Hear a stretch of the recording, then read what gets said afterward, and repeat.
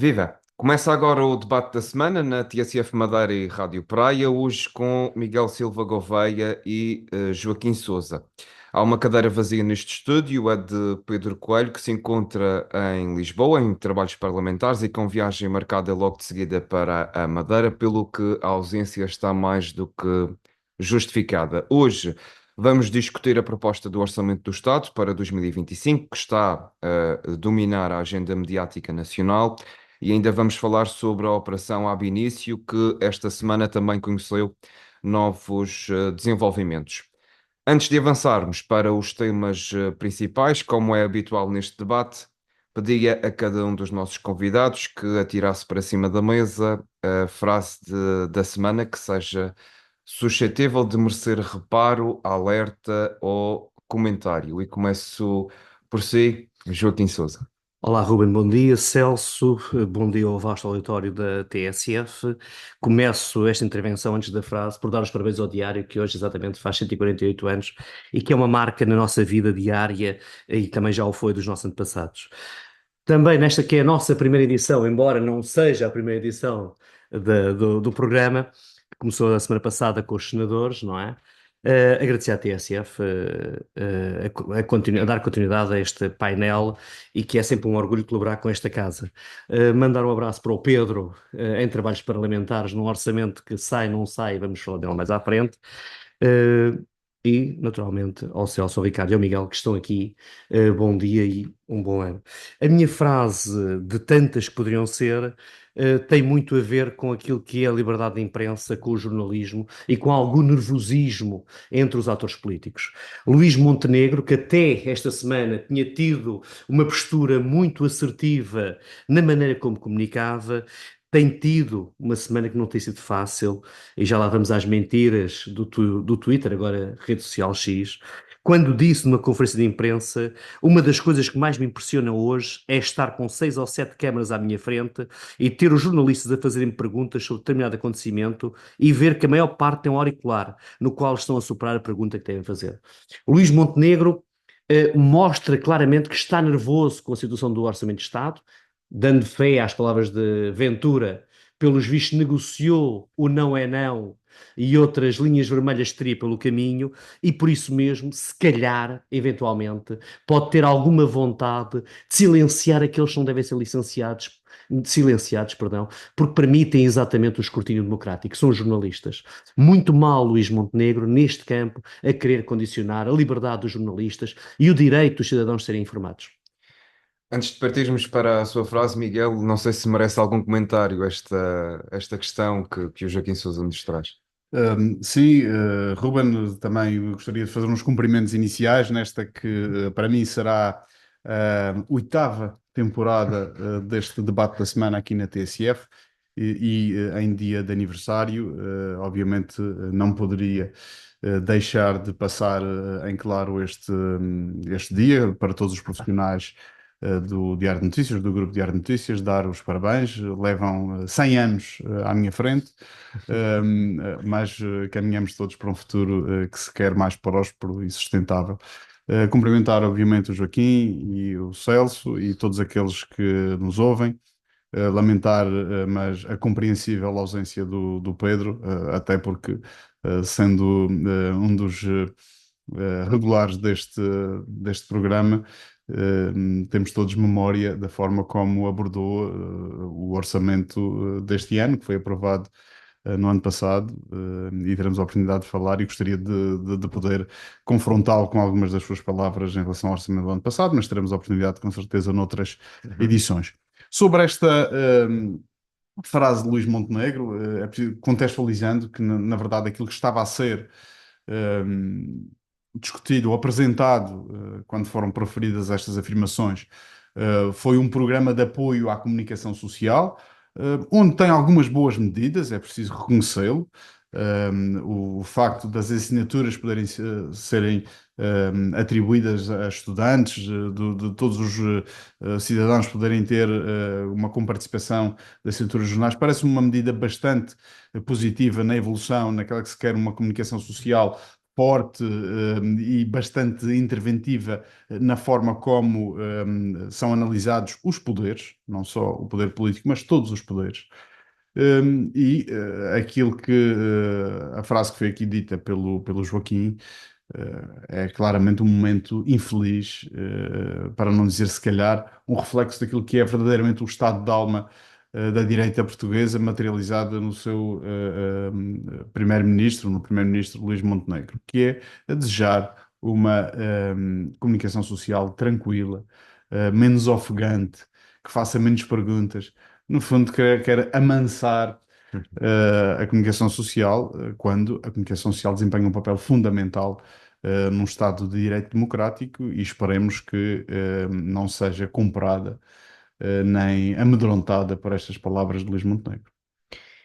Em Portanto, e a sua relação, frase? em relação à minha frase, numa semana, obviamente, em que todas as atenções são canalizadas para o orçamento e nem de propósito, onde a comunicação social transmitiu entrevistas aos três principais, aos líderes dos três principais partidos, Luís Montenegro, Pedro Nuno Santos e André Ventura, e havia muitas frases que se poderiam retirar dessas três entrevistas, umas mais lapidares, outras se calhar menos felizes, mas eu gostaria de salientar a mais recente, a última da entrevista de André Ventura, quando diz que o primeiro-ministro propôs que o Chega integrasse o governo, o primeiro-ministro mentiu. Portanto, esta frase, e eu sei que temos que colocar em perspectiva que muitas das coisas que diz André Ventura são, de manhã são verdade, à tarde são mentira e no dia a seguir ele defende que nunca as tinha dito. Mas isto deixa aqui em perspectiva que, na verdade, as linhas vermelhas traçadas por Luís Montenegro, na verdade, não são assim tão vermelhas. E o não é não de negociação a Luís Montenegro, com o Chega e com a extrema-direita, nos momentos de maior dificuldade, verificou-se que, efetivamente, Luís Montenegro teve essa vertigem para brincar com o fogo ou negociar com a extrema-direita, ou como diria Rui Tavares, com aqueles que desfilam ao lado de nazis. Eu aqui posso usar a palavra aqueles sem qualquer complexo, mas acho que se há efetivamente um rumo traçado, ou se houve um rumo traçado de Luís Montenegro, de uma linha vermelha com o Chega, e isso foi elogiado por toda a opinião pública, neste momento explicações são devidas quando André Ventura diz que afinal até lhe foi prometido um cargo no governo. Vamos falar disso já adiante. Avancemos então para o tema central deste debate da semana, a proposta do Orçamento do Estado para 2025, que já foi entregue no Parlamento pelo Ministro das Finanças e que muito falatório tem suscitado nos últimos tempos, desde os avisos de Marcelo Rebelo de Sousa às negociações frustradas entre Luís Montenegro e Pedro Nuno Santos, passando ainda, como o Miguel Silva Gouveia referiu e bem, pelas diversas opiniões e mudanças de posição de André Ventura, neste caso em particular, o catavento, tal como o primeiro-ministro apelidou o líder do Chega, cedeu uma entrevista à CNN e revelou que foi convidado a integrar o governo em troca de um sim ao orçamento. Montenegro reagiu logo a seguir e na rede social X escreveu mentira em letras maiúsculas. Antes de passarmos às alíneas reservadas para a Madeira, nesta proposta do Orçamento do Estado para 2025, queria perceber qual a vossa opinião sobre esta novela, que tentei resumir em 3 parágrafos, e há várias questões que se colocam. O Presidente da República foi manifestamente exagerado em afirmar com alguma antecedência que, caso o orçamento não seja viabilizado, abre-se uma nova crise política. Pedro Nuno Santos levou longe demais as suas linhas vermelhas. Luís Montenegro foi pouco flexível. André Ventura, que não quis perder o comboio mediático, foi um elemento altamente corrosivo nas negociações que decorreram entre PS e PSD. São muitas perguntas, mas começamos por si, Joaquim Sousa. Ficou com a ideia de que se tem discutido mais o acessório do que o essencial nesta proposta de orçamento.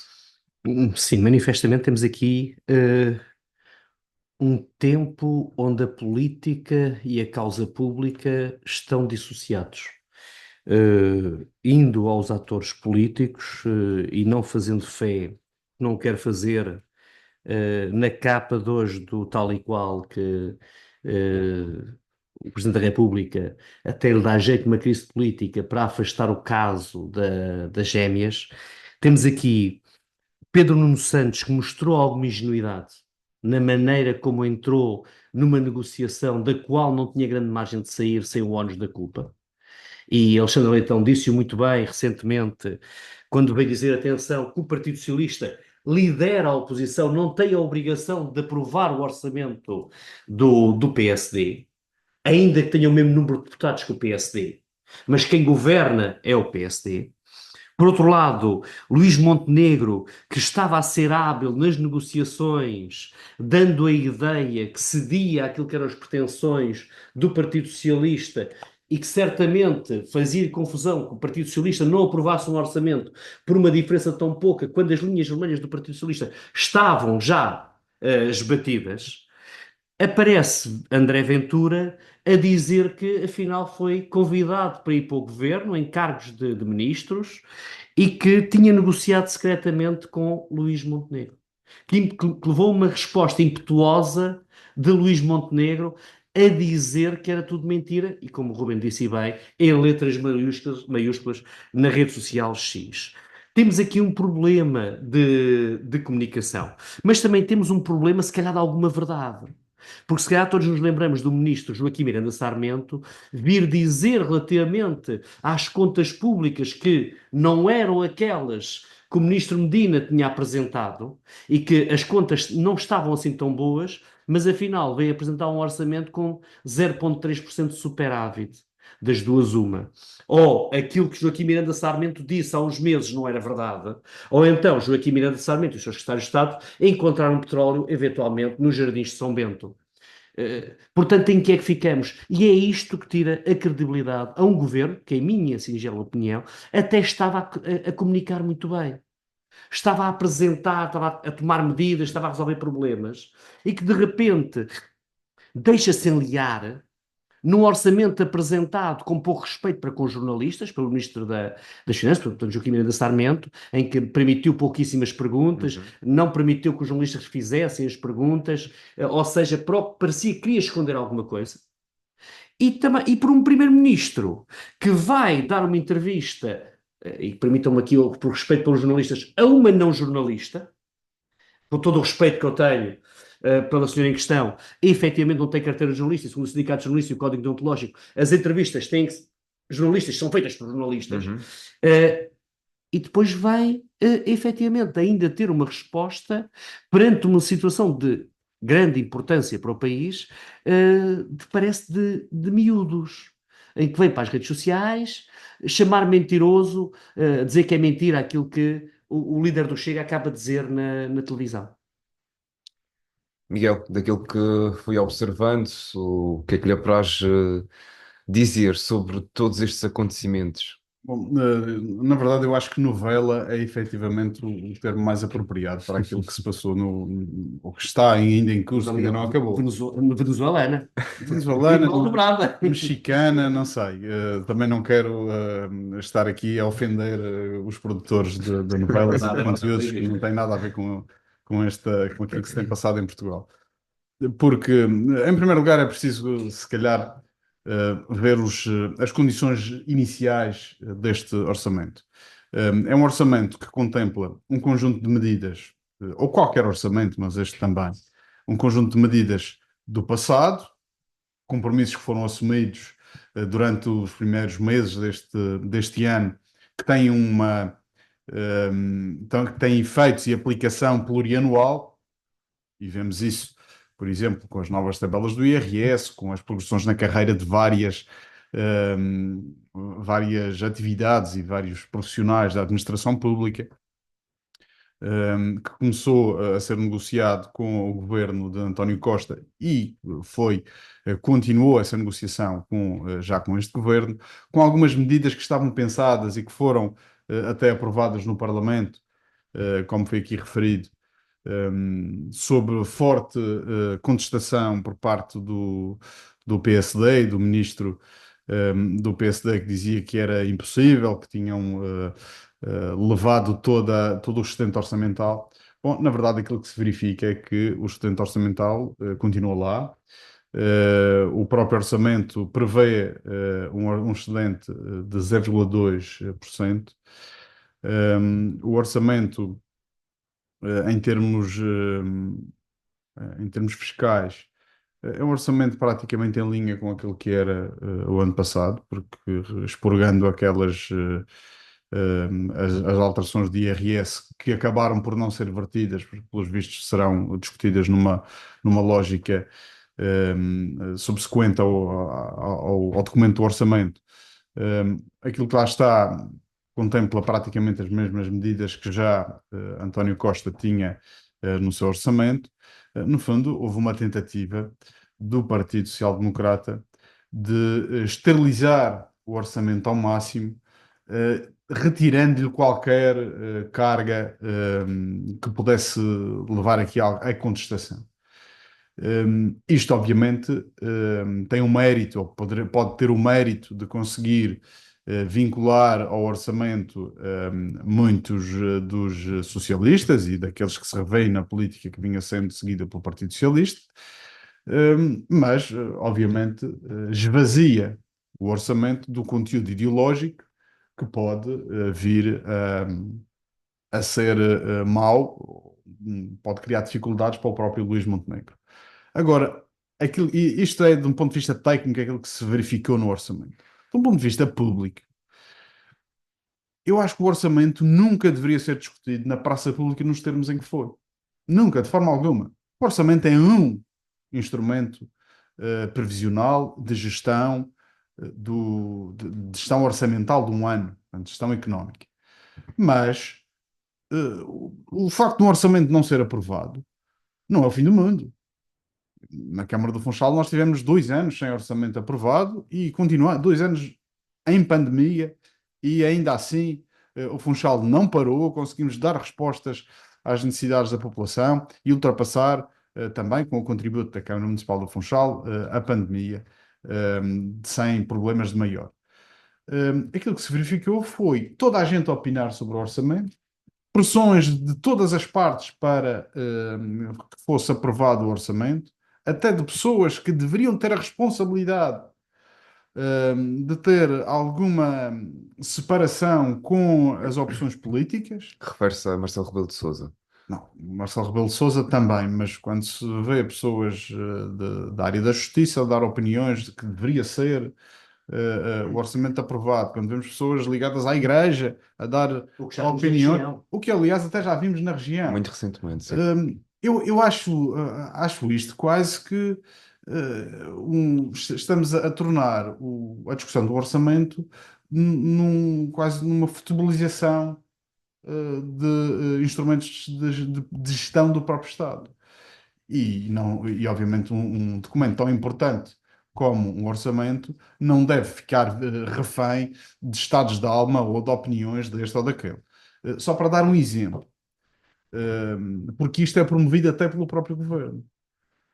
Porque o Sr. Ministro vem dizer e insiste que, por exemplo, o PRR ficaria em causa com um orçamento chumbado se entrássemos em duodécimos. Ora, é o próprio responsável pelo Conselho de Finanças Públicas que vem dizer todas as exceções que permitem a gestão do orçamento por duodécimos e que contempla também os fundos comunitários, contempla as progressões na carreira de toda a administração pública, contempla todos os compromissos já assumidos plurianuais, portanto, todas as obras que estão em curso vão continuar.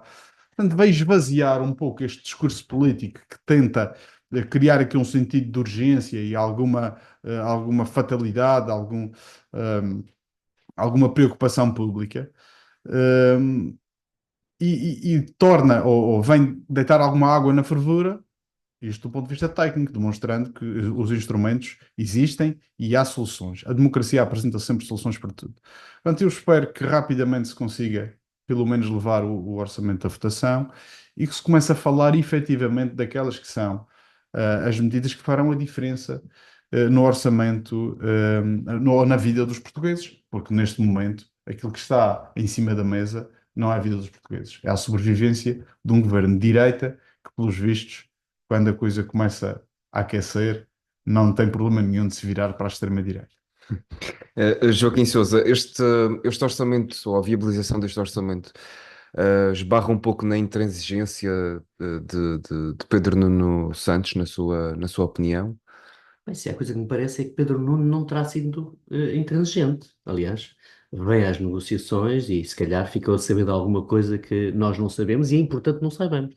Mas reduziu-se muito a questão ao IRP. O IRS jovem, sim, todas essas questões. Parece-lhe motivos mais do que suficientes para. Bem, em grande medida estamos aqui a falar de uma coisa que é importante. Isto é um orçamento do PSD, que ganhou as eleições por 0,2%, que tem o direito de fazer a sua política e que não me parece é que tinha o direito de condicionar, de certo modo, o maior partido da oposição a ter que aprovar o seu orçamento se não temos uma crise política. O PSD tem que encontrar soluções. E quem não tem maioria tem que negociar. Isso já dissemos aqui nesta mesma mesa anteriormente. Agora, a grande questão que me parece aqui é que, para irmos para as negociações, temos que o fazer com uma certa clareza e com recato. Senão, temos aqui um problema que foi aquilo que vimos na última semana. Foi ver o Partido Socialista ser cozinhado em um brando, onde temos aqui um problema em que o mal da fita seria o Partido Socialista que tinha o ónus de não aprovar um orçamento que não era o orçamento do Partido Socialista. E que não agrada a ninguém. Porque Rui Rocha também já veio dizer que aquele é um orçamento socialista. O, o Chega diz que queria ir para o governo com base no aprovar um orçamento.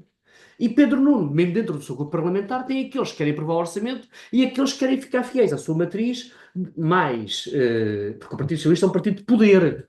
E sendo um partido de poder, naturalmente que não terá medo de eleições. Embora, se calhar, estrategicamente tenha noção que não é o melhor tempo para ir a eleições, até porque também o país não quer isso. Até porque, aprovando este orçamento, por via das eleições presidenciais, o Presidente da República perde os seus poderes no decorrer do próximo ano. Sim, dá garantias Dá garantias pelo de menos até continuidade. 2026. Exatamente. O que é que nós temos aqui? E esse parece-me que foi o grande problema de Luís Montenegro, foi um dado momento o nervosismo de não ver o seu orçamento aprovado. E há outro problema, é que mesmo que o orçamento seja aprovado, há a discussão na especialidade, que pode desvirtuar completamente o orçamento.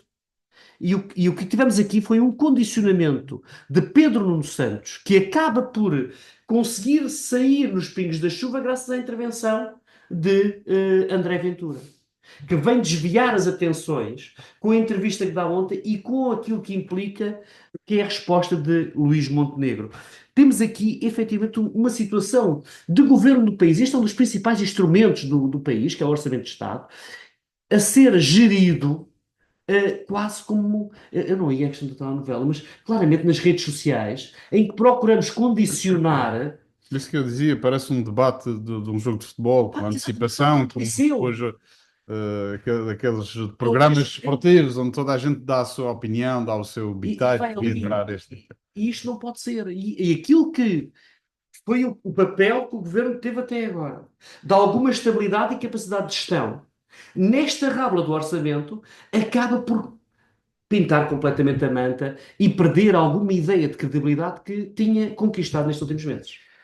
O Joaquim referia-se à questão das negociações, partindo do exemplo que se passou aqui na região, em relação, por exemplo, ao orçamento de 2024. Miguel, parece-lhe que o Governo da República também devia ter aberto a porta às negociações com outros partidos, além do Partido Socialista? Bom, o que eu acho é que o Partido Socialista colocou-se numa posição que deveria ter tido a arte e o engenho de não se ter deixado posicionar. Ficou, ou parece publicamente que ficou a discutir duas medidas, Pois. quando na verdade o PSD não está a discutir medidas. E isso demonstrou quando retirou-as do orçamento. O PSD está a discutir a sua própria sobrevivência política à frente do governo, da gestão do governo de Portugal. E o Pedro Nuno Santos acho que teria sido muito mais coerente se assumisse, porque é aquilo que efetivamente ele pretende fazer, dizendo que votaria contra o orçamento. Ele, quando levou a sua moção para liderar o partido, nas internas do partido, afirmou, ao contrário do seu oponente, José Luís Carneiro, afirmou que não viabilizaria nenhum orçamento do PSD caso essa situação viesse a ser colocada em cima da mesa. José Luís Carneiro tinha opinião contrária, achava que deveria ser viabilizado. A realidade é que Pedro Nuno, também por obviamente, a pluralidade de opinião dentro do próprio partido, dentro do próprio secretariado. Há muitas pessoas que são da opinião que deve ser, que o orçamento deve ser viabilizado. Pedro Nuno está aqui a fazer alguma gestão de consensos e de sensibilidades diferentes dentro do próprio PS, porque alguns autarcas não querem que haja. Não é que não querem que não haja orçamento, é que não querem eleições antecipadas que atrapalhem de alguma forma o processo autárquico no próximo ano. O que é importante, se calhar, o que o Pedro Nuno Santos deveria ter feito era assumir que votaria contra e retirar um pouco da carga negativa ou deste nexo de causalidade que se vai querendo passar com o contributo do Presidente da República, de que o orçamento chumbado implica uma crise política e implicaria eleições antecipadas. Até porque a direita, na verdade, não se resume ao Chega.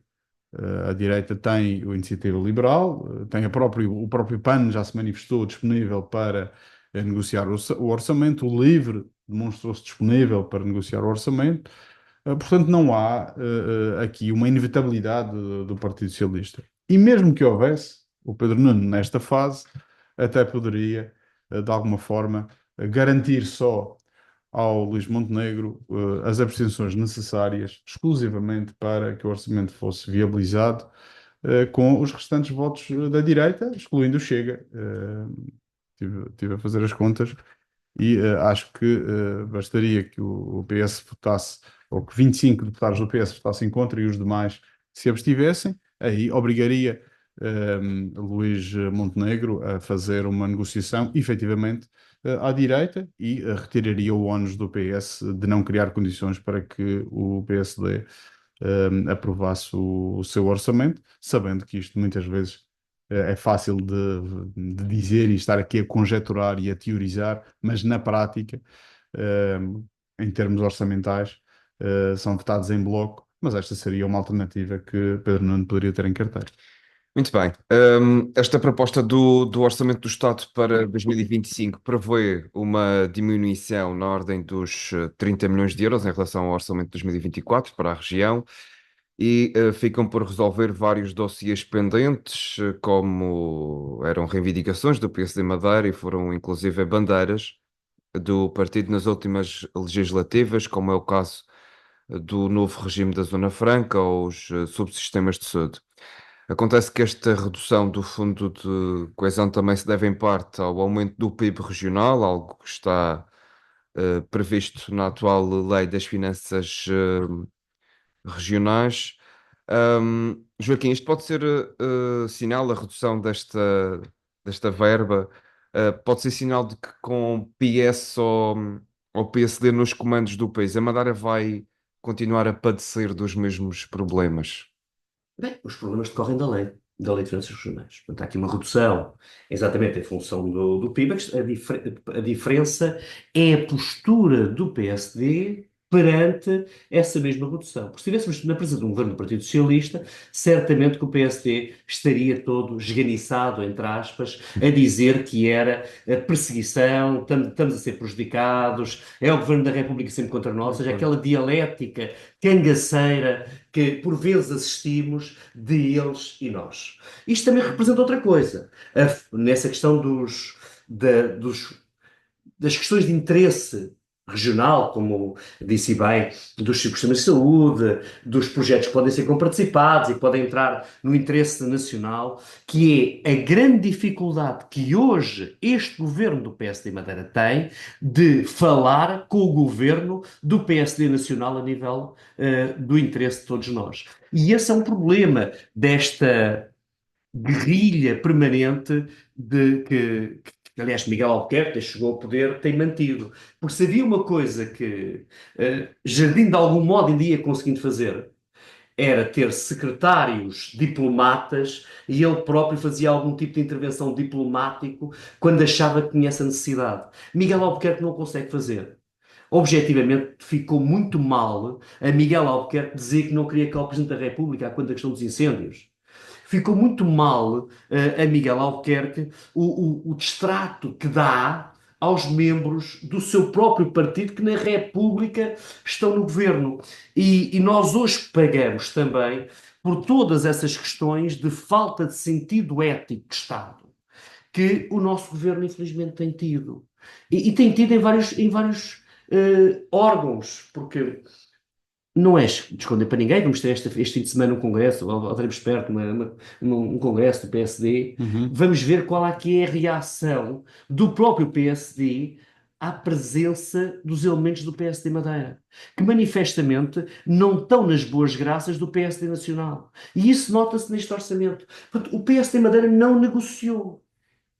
Se calhar porque não deram vasas para isso. Por outro lado, temos a questão, que seria muito interessante, temos hoje aqui o Pedro, que quando se candidatou no início do ano, vinha dizer que havia uma série de questões que ele queria ver resolvidas. E que disse aqui claramente que tinham que ser resolvidas. E agora, com a apresentação do Orçamento de Estado, efetivamente não estão lá compaginadas. E isso é uma coisa que nos preocupa. Nada. Portanto, não só a nível do orçamento da região temos uma redução, que advém da Lei das Finanças Regionais, do nosso suposto grande sistema económico regional. Vamos ver daqui a um tempo se é real ou será de PowerPoint apenas. E por outro lado também a redução das verbas para as autarquias, que também decorre exatamente do mesmo. Aproveitando o gancho do Joaquim, acredita que a posição. Miguel Albuquerque, na última semana, avançou, mesmo antes de conhecer a proposta, de que os deputados do PSD Madeira na Assembleia da República iam votar a favor deste orçamento. Acredita que depois de conhecer essa proposta, a indicação será a mesma? Os deputados do PSD Madeira, e até mesmo os do PS, e do Chega devem votar a favor desta proposta. É boa na sua perspectiva ou má para a região? Bom, Ruben, eu acho que é importante, ou temos que ter uma abordagem séria na forma como os orçamentos eram votados no passado e analisando o orçamento agora.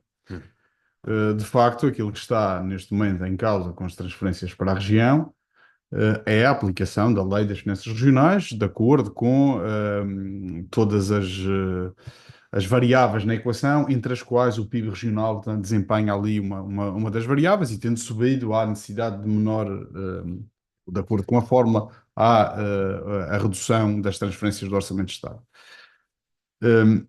No entanto, e para ser sérios, isto já era assim no ano passado, e há 2 anos, e há 3, e há 4, já é assim, desde a última versão da Lei das Finanças Regionais, foi aprovada pelo PSD e pelo CDS.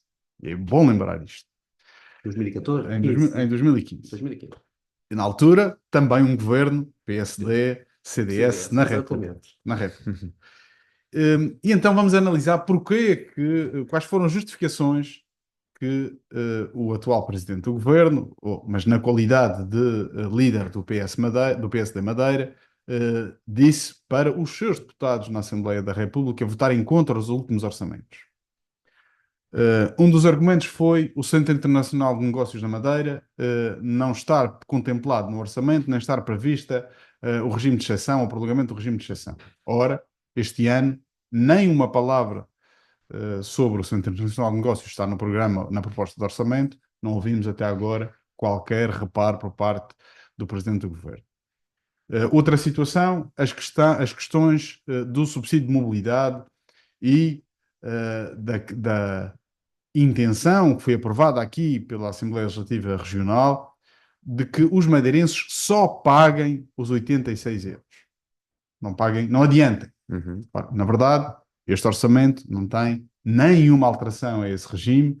Aquilo que sabemos é que vão deixar de ser os CTT a pagar o reembolso, porque o Governo da República não paga atempadamente os custos desse serviço aos CTT.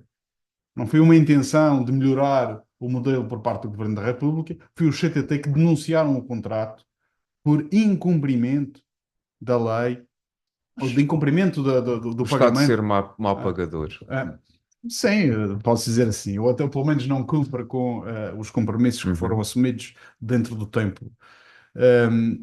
Há outras, a questão das transferências do Orçamento de Estado, no passado, nunca eram referidas da lei. Era sempre, ou davam a entender à opinião pública, que era por vontade do governo do PS, em Lisboa, que as transferências para a região diminuíam.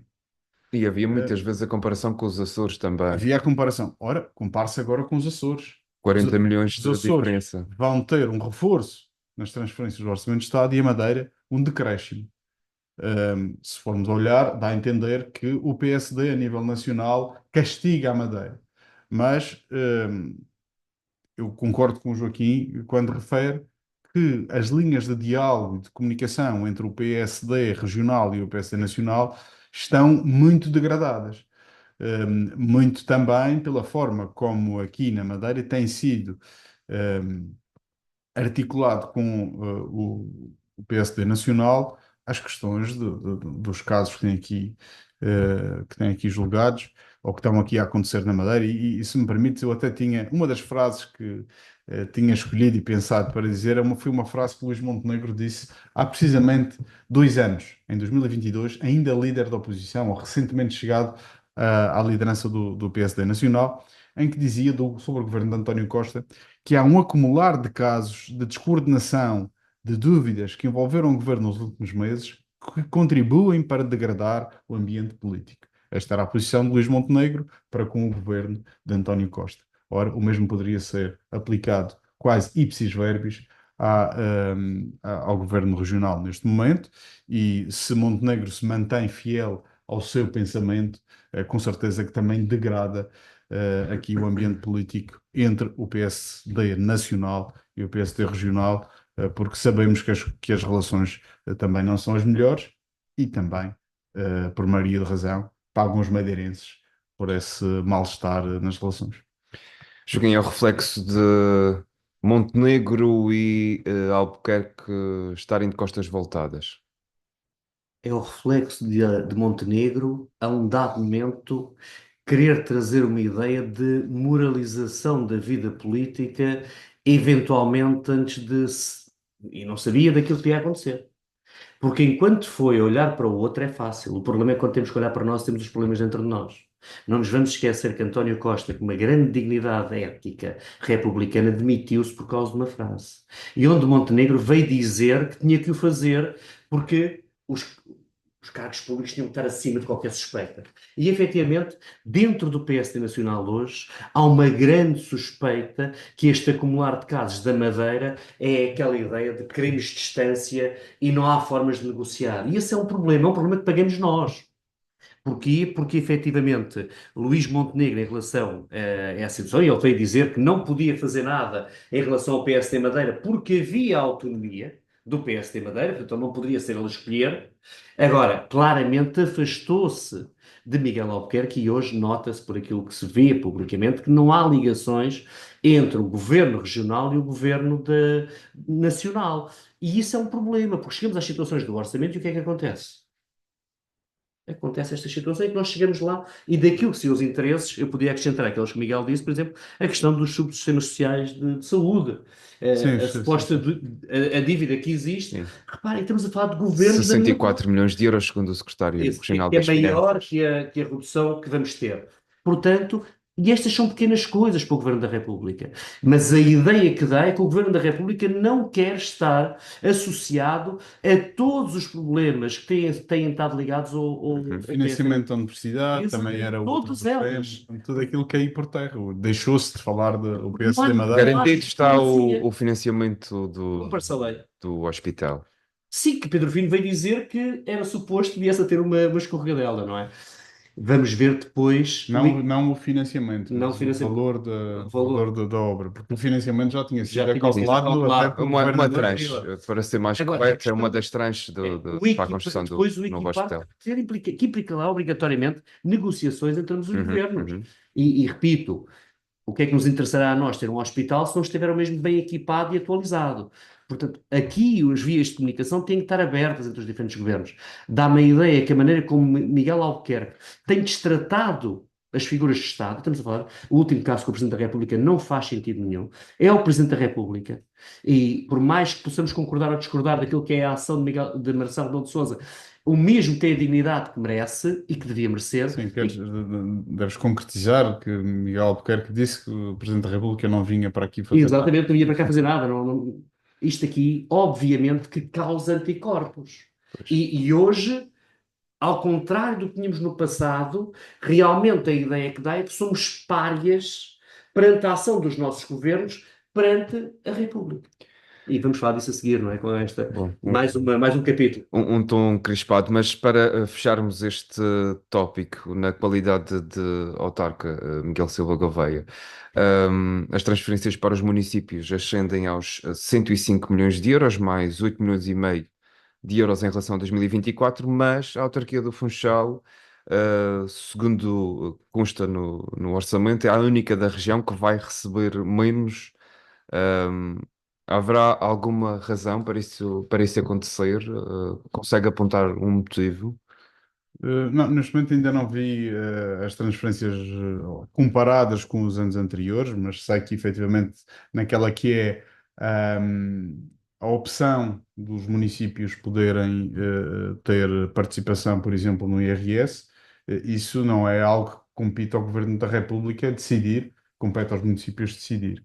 Portanto, se o IRS, por exemplo, foi devolvido, ou está prevista a devolução, de IRS, isso não pode ser assacado ao Governo da República, esse Uhum. decréscimo de transferências. Pode ser por aí. Mas, no entanto, há aqui questões que continuam, no foro da discussão judicial, nomeadamente a participação de IRS, que já foi condenado o Governo Regional a pagar e que dizia que na altura era o Governo da República e ainda andamos neste ping-pong. Agora os governos são os dois da mesma cor política, resolvam. A Câmara do Funchal tem direito a recebê-los, são mais de 5 milhões de euros, com juros já com certeza chega aos 10. As participações no IVA, na Madeira, das atividades de restauração e hotelaria, que têm sido fortemente contribuintes líquidos para o PIB regional. Estas atividades, a Câmara do Funchal não vê ainda um cêntimo. Outras situações, nomeadamente com receitas de fundo de turismo, que deveriam ser receitas regionais, receitas municipais, aqui na Madeira, continuam a ficar na alçada do governo regional. Portanto, é importante que estas matérias sejam discutidas. Eu, sendo defensor do municipalismo, já o fui enquanto vereador, enquanto presidente e continuando a exercer cargos neste momento como vereador na oposição, mantenho a minha postura que o que é devido aos municípios deve ser pago. Depois podemos discutir internamente se é bem ou mal aplicado, mas neste momento a Câmara do Funchal ou está a ser prejudicada em relação aos seus congêneres do continente pelos governos, sejam eles quais forem, sejam o governo aqui regional que teima em não fazer a adaptação de leis da descentralização, seja pelo governo da República que prefere ter uma discriminação nas regiões autónomas para com os municípios para evitar chatices com as autonomias. Muito bem, fica este dado lançado por Miguel Silva Gouveia. Ainda nos resta tempo, sensivelmente 15 minutos, para avançar para o segundo e último tópico deste debate da semana e que está reservado para o último desenvolvimento da Operação Ab Início. O Tribunal pediu o levantamento da imunidade parlamentar de três secretários regionais, Pedro Fino, Pedro Ramos e Rogério Gouveia, e ainda do secretário-geral do PSD Madeira, José Prada, para serem ouvidos num processo que muito Resumidamente, investiga o financiamento de campanhas do PSD em troca de contratos públicos. Uma vez que o programa esteve de férias e não tivemos a oportunidade de debater o assunto, a Madeira e o Governo Regional novamente voltam a ficar abalados com um novo processo judicial. Um, Voltando a si, Joaquim, Miguel Albuquerque está cada vez mais fragilizado. Bem, quem ouve Miguel Albuquerque da sua política do quer posse e bando, este garante manter a confiança política dos madeirenses que o elegeram e nos seus secretários regionais, que neste caso estão sobre suspeita e nele próprio.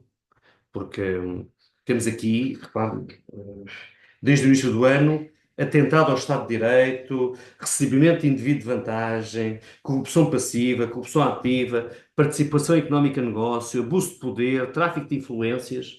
Temos aqui uma série, uma miríade de casos que a toda a gente incomoda, menos a Miguel Albuquerque diz está tudo bem e que nós não somos como é que é, um governo de gangsters nem nenhuma associação criminosa.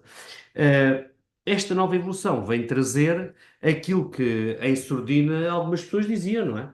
Portanto, que havia certos acordos que eram feitos para ou com outras intenções. Realçar aqui uma coisa, passado uns meses, que eu acho que é importante.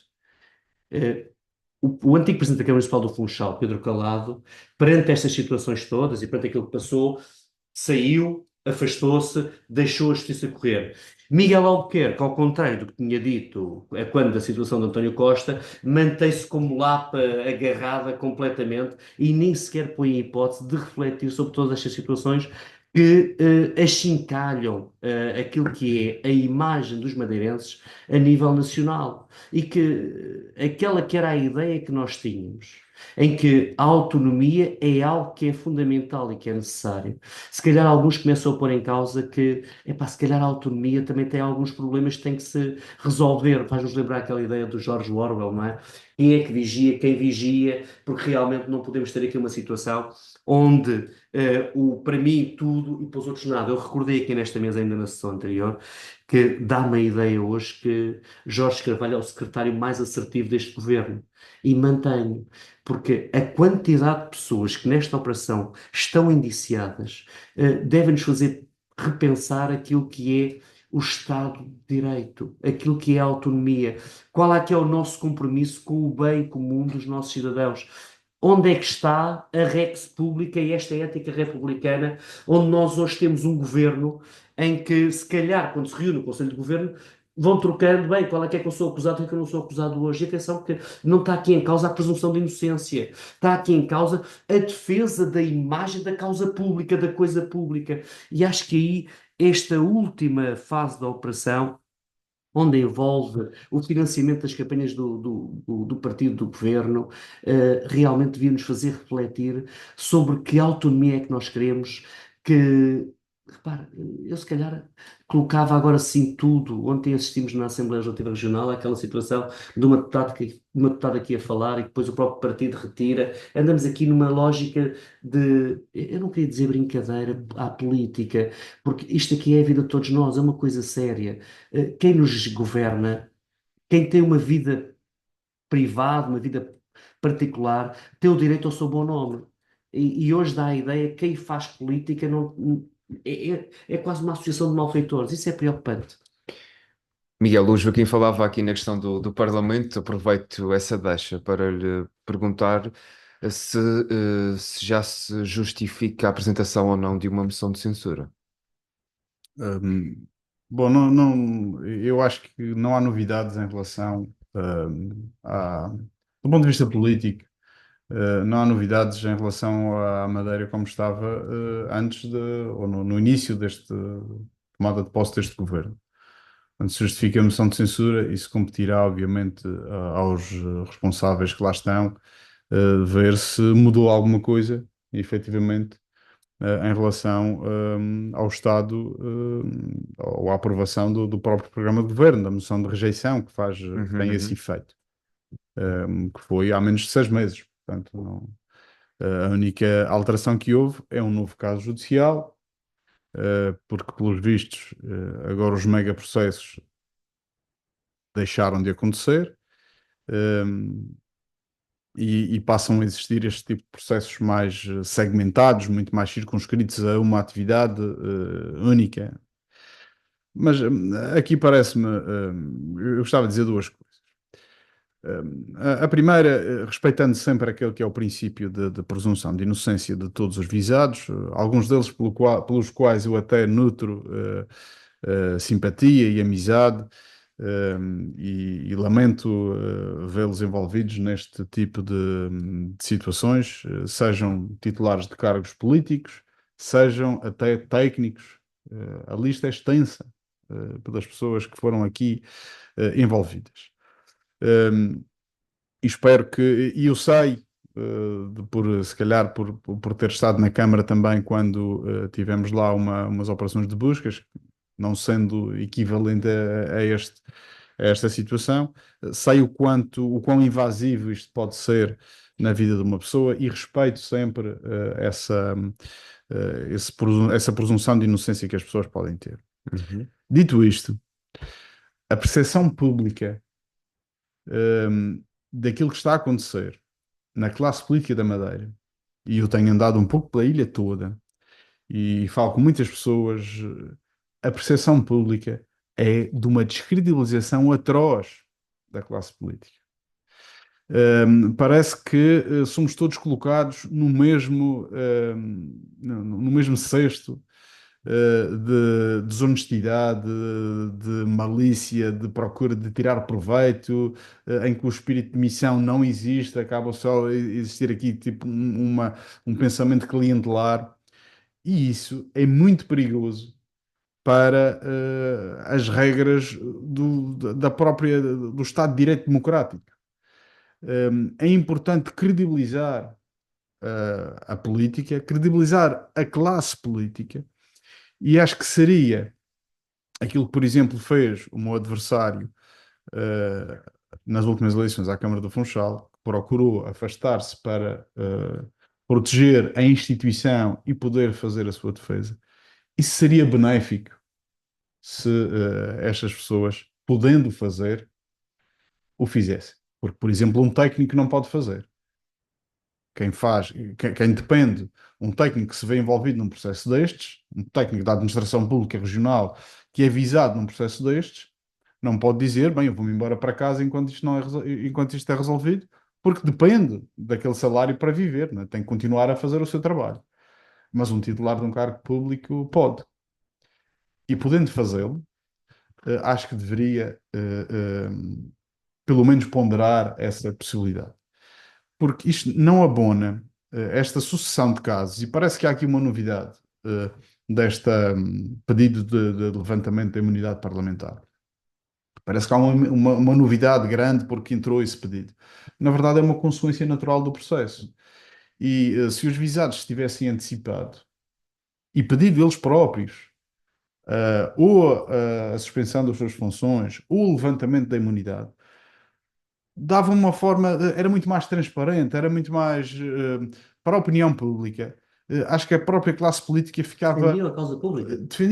Era muito mais credível desta forma. Porque ouvir Miguel Albuquerque ontem a reagir ao pedido de levantamento da imunidade parlamentar, dizendo que isto sim senhor é muito boa ideia, ainda bem que foi feito isto. Em nome da Em transparência. nome da transparência. Não havia necessidade de ser reativo.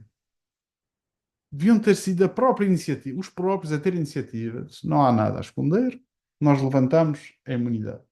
E ficavam salvaguardados, evitavam agora aquilo que o processo que irá acontecer na próxima semana, que é de votações, votações em urna fechada. Há um conjunto de pessoas que vão votar a favor, outros, se calhar, vão votar contra. Há sempre um clima de suspeição entre os que votam a favor, e há já ali um julgamento, quase que sumário, naquelas votações, que seria dispensável. Daí eu acho que esta seria a forma correta de se abordar estas situações a bem do Estado democrático, da transparência e da confiança nas instituições. Caso contrário, quem irá crescer são sempre aqueles que têm a bandeira do populismo e da demagogia. E isso temos assistido a nível nacional, temos assíduos a nível regional e, lamentavelmente, é uma tendência quase que mundial e espero que dentro em breve nos Estados Unidos isso também não venha a ser mais um ponto, uma página negra na história das democracias ocidentais.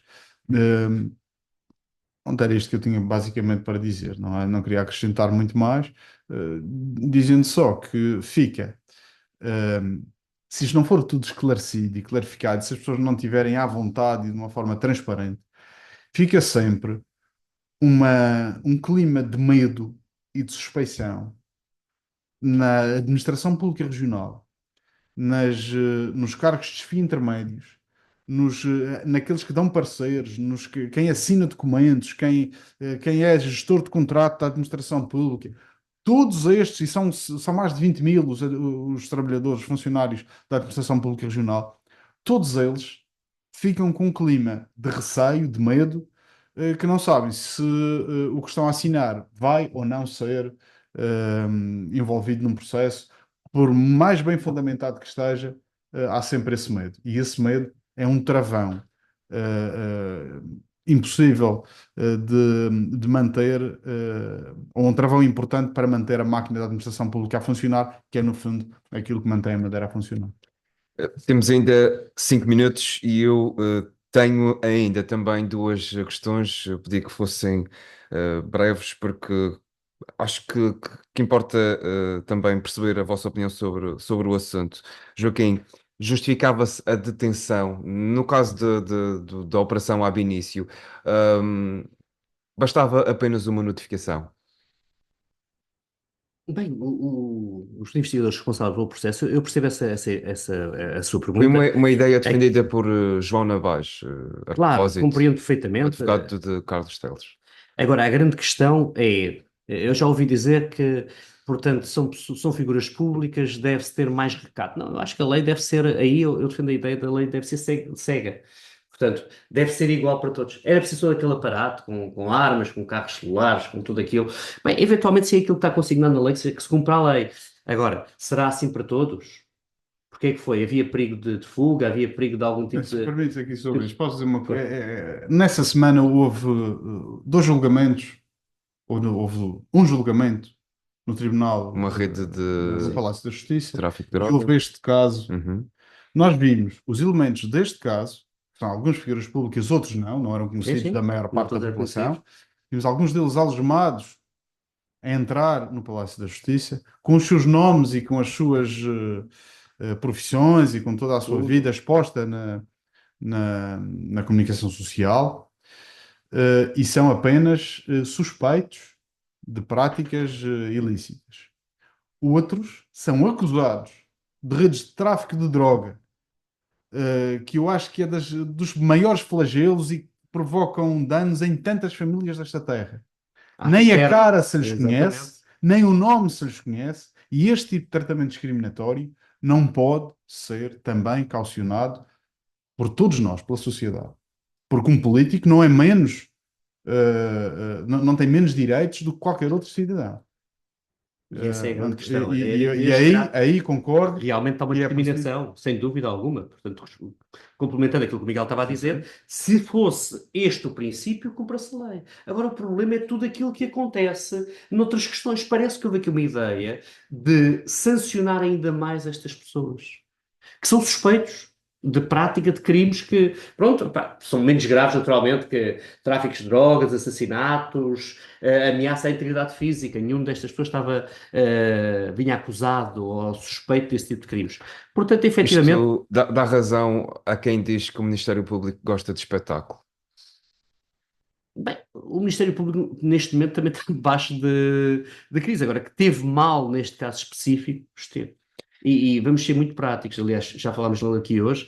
Pedro Calado, quando chega ao aeroporto da Madeira, agradeceu o tratamento que recebeu. Portanto, houve ali Uhum. dignidade. Acho que aqui houve falta de dignidade para estas pessoas que tinham direito a elas. Para fecharmos, ainda em relação a este caso, e tendo como comparação aquilo que se passou em janeiro, a oposição não se aproveitou tanto deste caso judicial como o fez na Tentou operação. fazer, porque na realidade não aproveitou. Fez ruído, mas não aproveitou.